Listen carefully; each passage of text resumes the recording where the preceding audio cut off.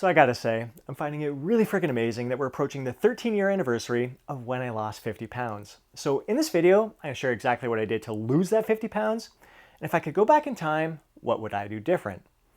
Now, first off, at my peak weight, I was 188 pounds. I'm 5'7" for the record, and unfortunately, you won't find any shirtless photos of me at that peak weight.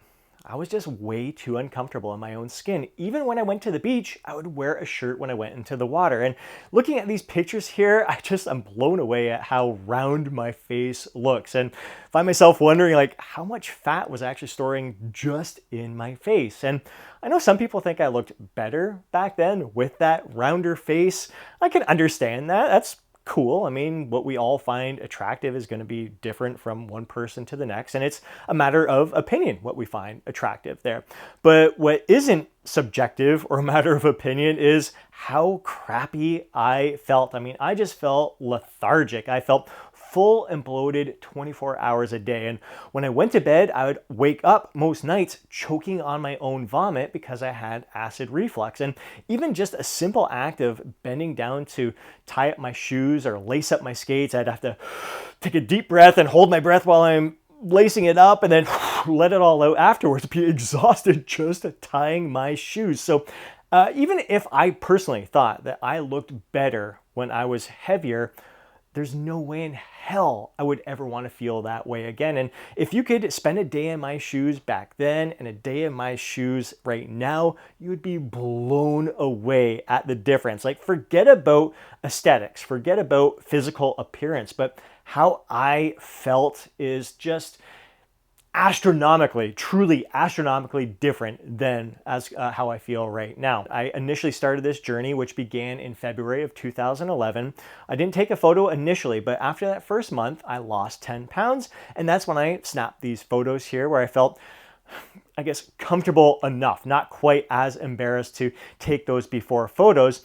And I realized in that moment, I had been losing that same 10 pounds over and over again for years. So I'm like, I've got to do something different in order to make this stick. What I did was go onto Facebook, post those photos, and tell everyone that this was so March at the time, after losing that 10 pounds there that first month. I told everyone, I'm going to give myself six-pack abs for my 36th birthday, which is September 29th. That would have been September 29th, 2011.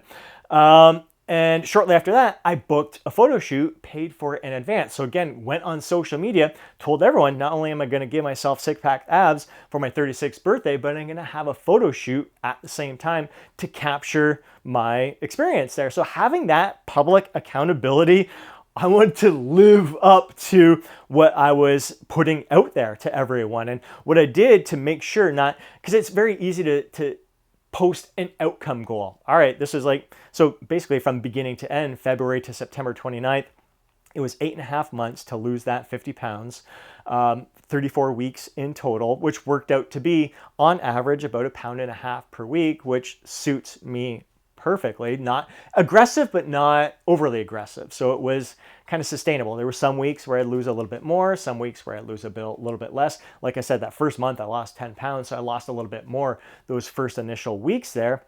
But I knew just stating my outcome goal of losing 50 pounds and giving myself six-pack abs for my 36th birthday, that was motivation in itself. That was a form of accountability, but I wanted to make sure I was sticking to the plan. I wanted to make sure that I wasn't going to delay it until like a month before and crash diet and have to do everything I can to kind of achieve that goal. I'm like, I'm going to commit to making weekly progress and sharing that weekly progress with everyone. So I'd post my pictures every week on Facebook and my weight and the progress that I was making. Actually, for myself personally, I was taking pictures every single day. It was just a form of me, again, personal accountability and documenting that journey, documenting the process there. It was just a form of structure that was keeping me in a rhythm there. So not only was I taking a picture, even though I know like I'm not going to see a difference daily, but even each week you don't quite see a difference there. But then you look at the end of the month and you see all those photos, you're like, holy smokes, that was quite a transformation there. So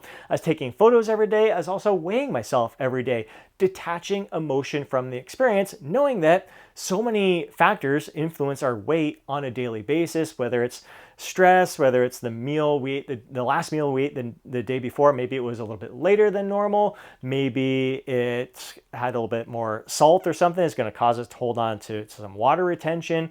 Maybe that morning I didn't fully eliminate my bladder, my bowels and everything. So that's going to impact the scale. There's just so many factors that impact the daily weigh-ins, but I still found it important to do it daily and then just spot the trends on a weekly basis, monthly basis to make sure I was moving in the right direction. So knowing that, all right, if my weight goes up today, I go, oh my God, I'm doing everything right. What's going wrong? Why can't I lose fat here? Chances are I'm still probably losing fat, but there's so many other factors that are influencing the scale weight there, and that's okay. So it was just data, detach emotion from the experience, spot the trends. But I found that daily action of stepping on the scale, taking the photo to be beneficial, the social media post every week to hold myself accountable to making that progress, and then to have that ultimate goal, telling everyone I was going to have six-pack abs for my 36th birthday, plus a photo shoot, was absolutely, it held me, it kept me on track. It kept me on point. So even if I happened to overeat one day, I knew I could had to really buckle down the next few days in order to make up for that, to balance things out and achieve my goal at the end of the week when I was going to post on social media there. So I did achieve my goal, gave myself six-pack abs for my 36th birthday. And here I'm weighing 137 pounds. So it was actually 51 pounds that I lost during that transformation there. I'm currently 148 pounds. So I was a little bit leaner back then, but during the past 13 years, I've also gained some muscle. So I'm carrying a little bit more fat and some more muscle, weighing 148 pounds at this point there. So 137 pounds, did the photo shoot. So again, when you prep for a photo shoot or like a bodybuilding contest, it's not going to be a weight that you're necessarily going to sustain for life. It's always going to kind of be your peak. You're capturing a moment in time there.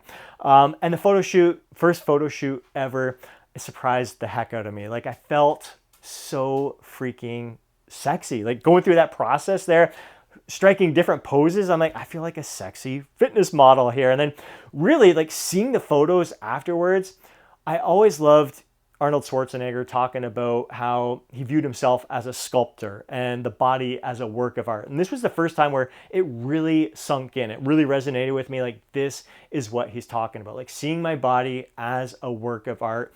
It just really impressed the heck out of me and just had me even more fascinated than I've ever been about what we're capable of achieving with our body when we put in the work, when we're disciplined, and when we do what is in our best interest, what's going to serve us best, what's going to allow us to thrive and feel alive. It's amazing to see how we can manipulate that. We can do the opposite and just destroy our bodies as well, but it's all, a lot of it, in our control.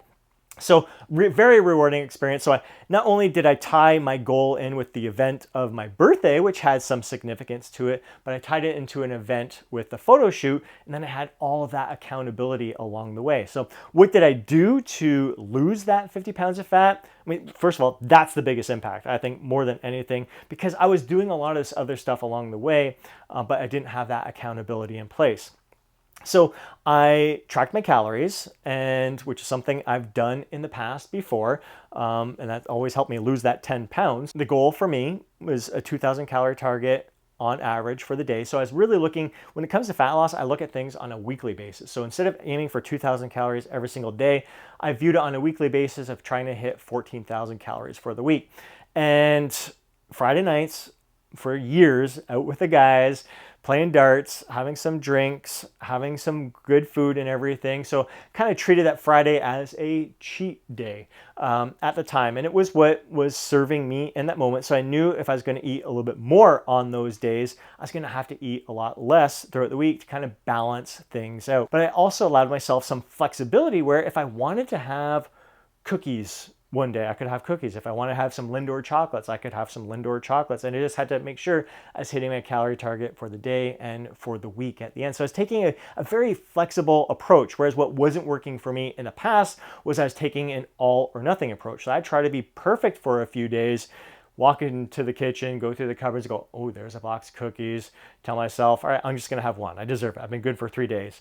one would lead to three. I deserve three. Then I like have three and like, God damn, I'm blowing my, why do I do this myself every freaking time? I always find a way to sabotage myself. Might as well eat this whole box of cookies. I'll start again tomorrow. So that's what was happening before taking an all or nothing approach. But for this time, losing that 50 pounds, I gave myself permission. If I wanted to have a treat, I was going to have a treat. I'd make it hit my calorie target for the day. If I went a little bit over, I could eat a little bit less the following day to kind of balance things out. Or if I knew I was going to have a treat later on, I could eat a little bit less throughout the day leading up to that. So tracking my calories was beneficial at the time, and I wasn't trying to be perfect with it. I know tracking our calories is not an exact science. It's a little bit better than just guessing what we're eating, but family, I mean, a lot of family dinners. My kids were, what, 8 and 10 at the time.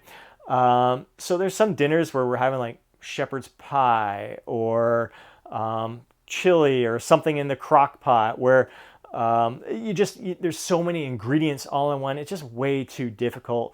So I just give my best educated guess, eat to the point of satisfaction, and be happy with that, celebrate that. So although I was tracking my intake, I wasn't perfect with it all the time. There's some things that I couldn't track, and I didn't stress about that. I just ate responsibly, ate to that point of satisfaction, and celebrated that.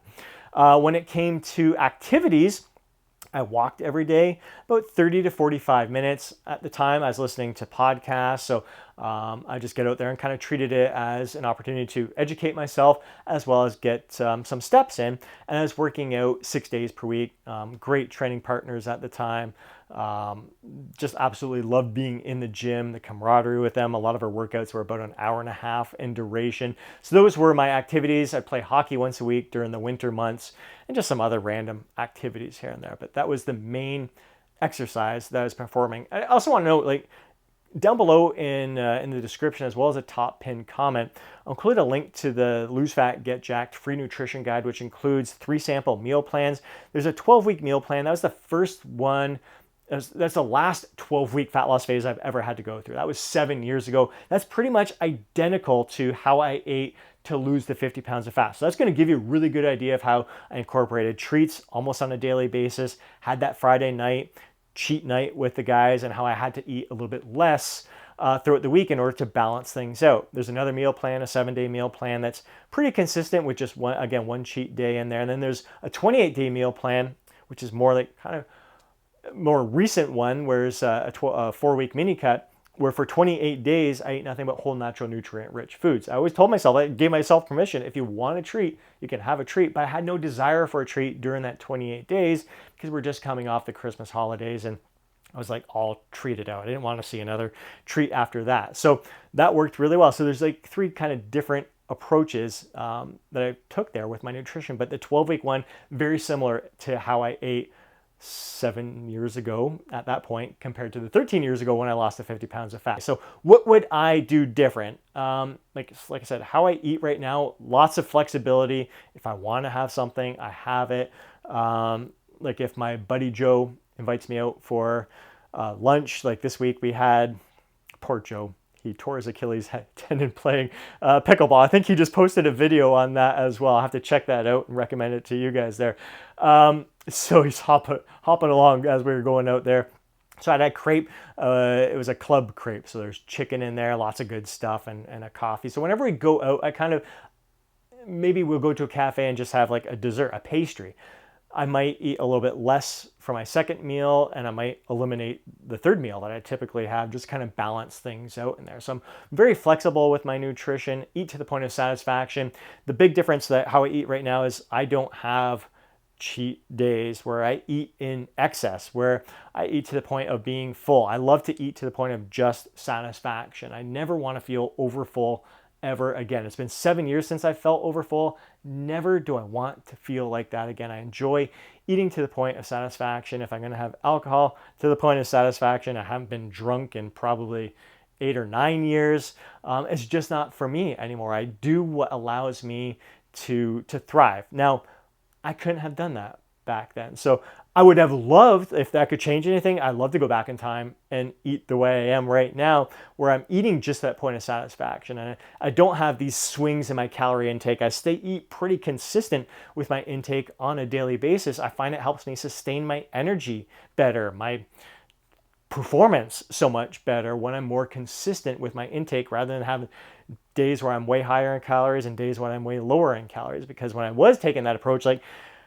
having a high calorie day, like the next day I'd feel like crap, sluggish and everything. And then towards the end of the week, I wouldn't feel so hot either because it's been several days in a row of eating very little to make up for that one day. So my performance would taper off. Now I have sustained energy all throughout. But again, that's what served me at the time. I knew I couldn't control myself on that Friday night with the guys. So I just made room for that. But yeah, I wish I didn't have to go that route. I wish I could do this a lot sooner.